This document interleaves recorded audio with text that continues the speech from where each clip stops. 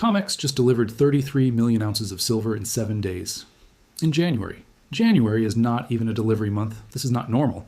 This is not rotation. This is panic. And the numbers tell you why.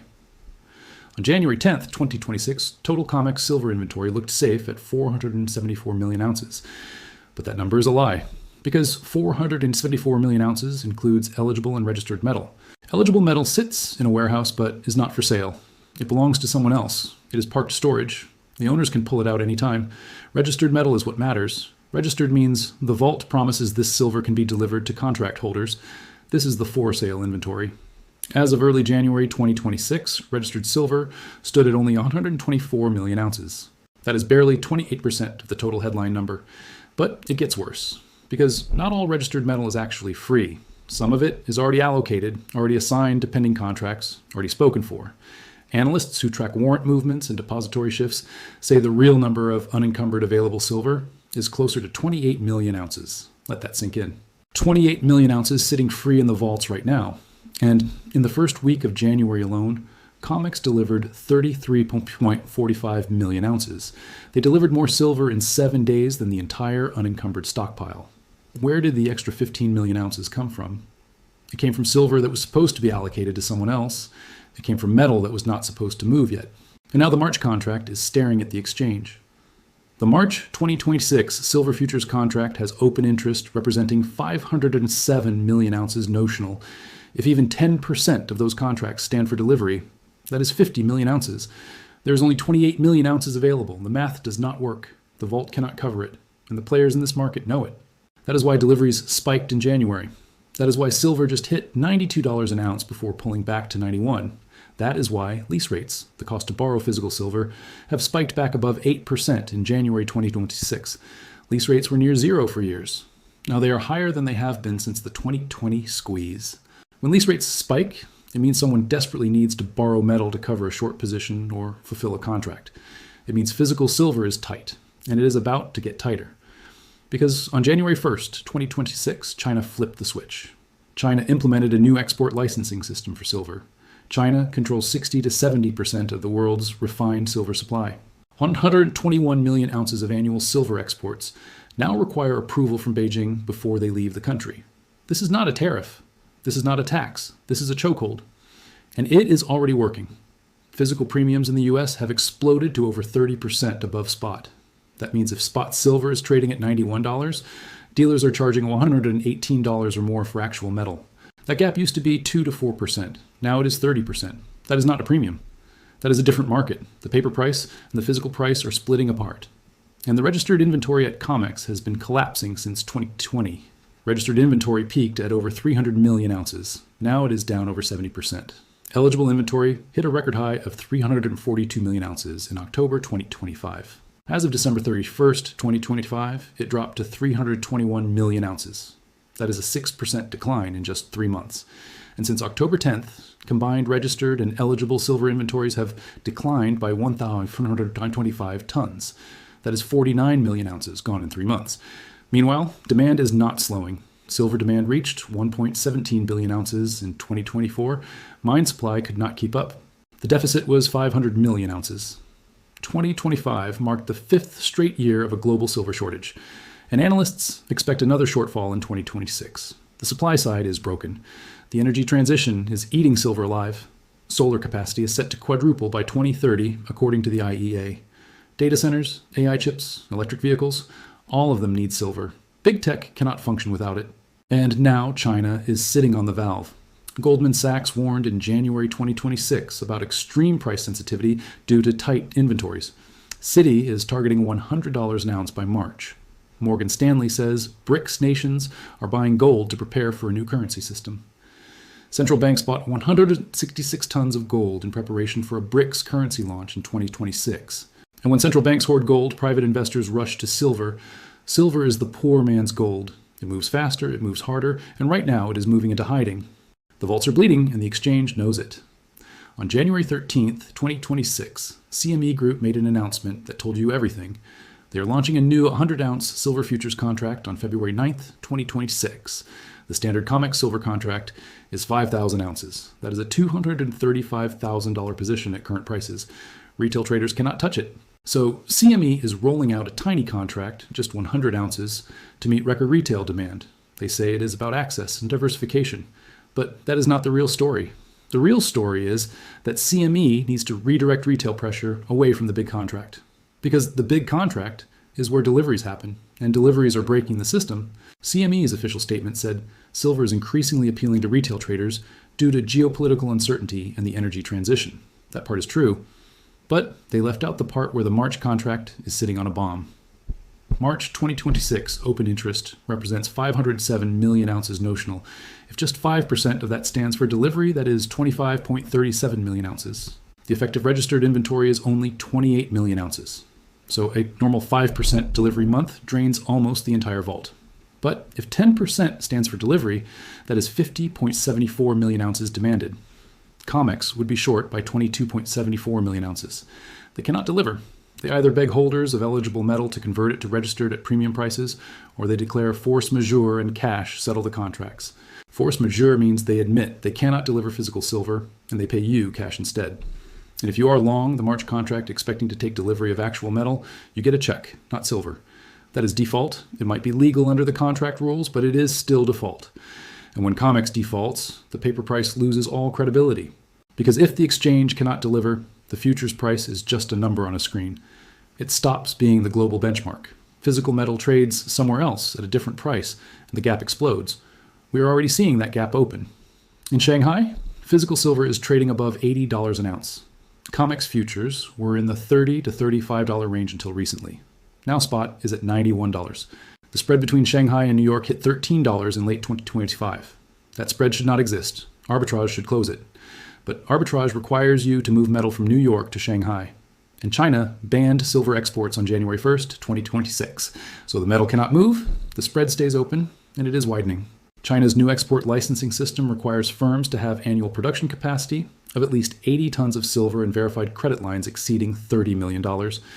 Those requirements block hundreds of smaller and mid-sized exporters who have long supplied global industrial users and refineries. China controls 60 to 70% of the world's refined silver supply. Even a partial restriction creates an instant global supply shock.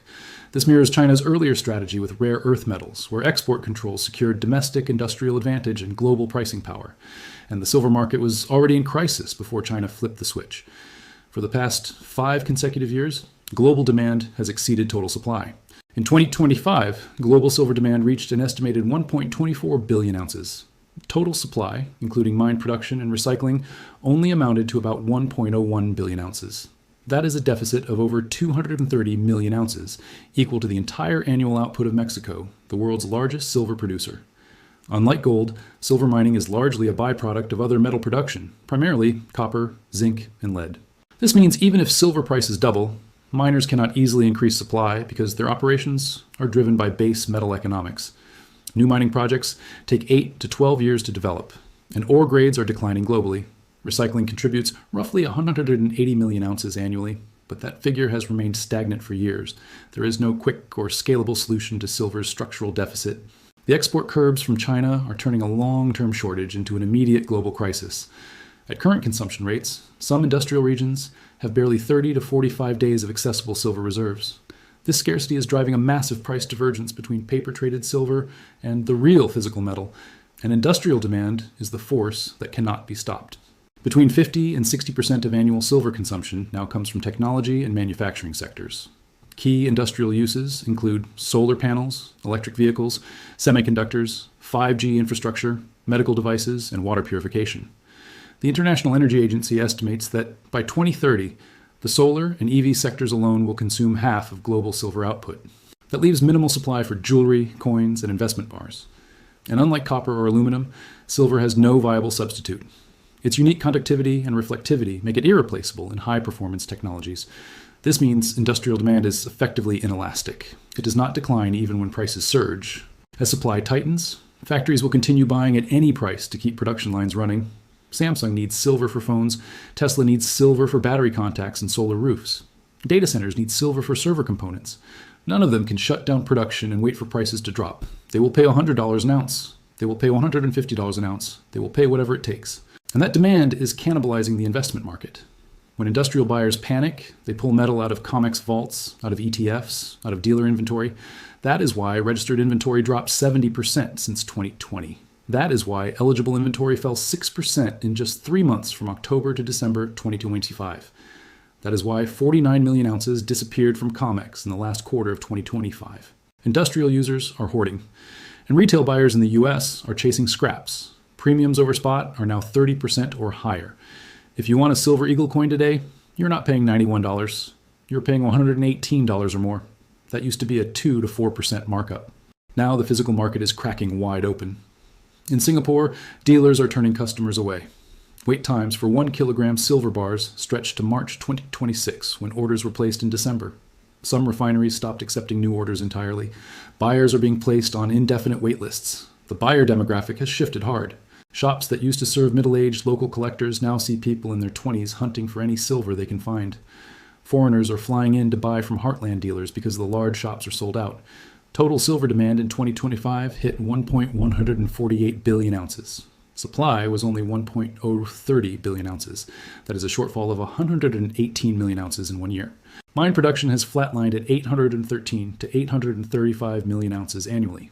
Recycling adds another 150 million ounces. But it is not enough. For 5 straight years, demand has exceeded supply. And 2026 is shaping up to be the 6th year of deficit. BMI says the silver market will stay in deficit throughout 2026, driven primarily by higher investment demand. China's export restrictions are piling additional pressure on inventories. Lease rates for silver spiked back above 8% in early January 2026. That has not happened since the 2020 squeeze. When lease rates spike, vaults are empty and someone is desperate to borrow metal. The borrowing cost tells you the truth, and the truth is there is no cushion left. Industrial users do not care about price anymore. They need silver to keep factories running. Solar panel manufacturers, EV battery makers, semiconductor fabs, they cannot substitute silver with anything else. Its unique conductivity and reflectivity make it irreplaceable in high-performance applications. If they do not get silver, production lines shut down. So they will pay $100 an ounce. They will pay $150 an ounce. They will pay whatever it takes. And that demand is cannibalizing the investment side of the market. ETFs, vaults, and dealer inventory are being drained to feed industrial buyers. This is not temporary. This is structural. The International Energy Agency says the solar and EV sectors alone will consume half of global silver output by 2030. That leaves almost nothing for coins, bars, or investors.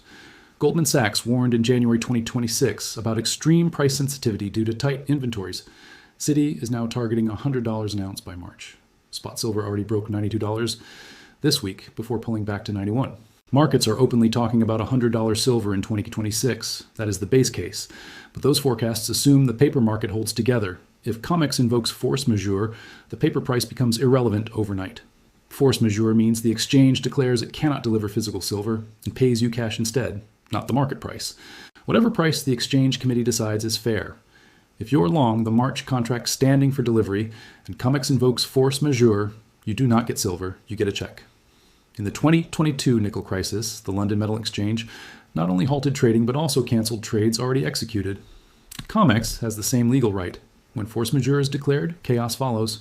Contracts get settled in cash at exchange-determined prices. Confidence in the exchange evaporates. COMEX loses relevance as the global pricing benchmark, and the gap between paper and physical explodes. If Shanghai is trading silver at $104 and COMEX paper is stuck at $91, which price is real, the one where you can actually buy metal, physical always wins. Paper is a claim on metal that may or may not exist, and right now the claims far exceed the metal. 507 million ounces of open interest in the March contract, 28 million ounces of unencumbered registered inventory. The ratio is 18 to 1. There are 18 paper claims for every 1 ounce of deliverable silver. That is not a market. That is a Ponzi scheme waiting to collapse. And when it collapses, the people holding paper contracts get nothing. The people holding physical metal get everything. This is why premiums are now 30% above spot in the US. Dealers know what is coming. They are pricing it at $118 or higher, because that is what it costs to replace inventory, and inventory is vanishing. If you want physical silver today, you pay the premium or you walk away empty-handed. There are no deals. There's only scarcity, and scarcity drives price. COMEX delivered 33 million ounces in 7 days during a non-delivery month. China banned silver exports on January 1st, 2026. Lease rates spiked above 8%. Registered inventory dropped 70% since 2020. Physical premiums hit 30%. Industrial demand cannot be stopped. And the March contract is sitting on a bomb. If you are still watching this, you are not average. You are ahead of the crowd. Most people will not figure this out until the headlines scream default. By then, premiums will be 50%, 70%, maybe 100% above spot. The window is closing fast. Not in months, in weeks. If this information matters to you, hit subscribe and turn on notifications so you do not miss the next warning. Because when the vault runs dry, the game is over, and the people holding metal write the price.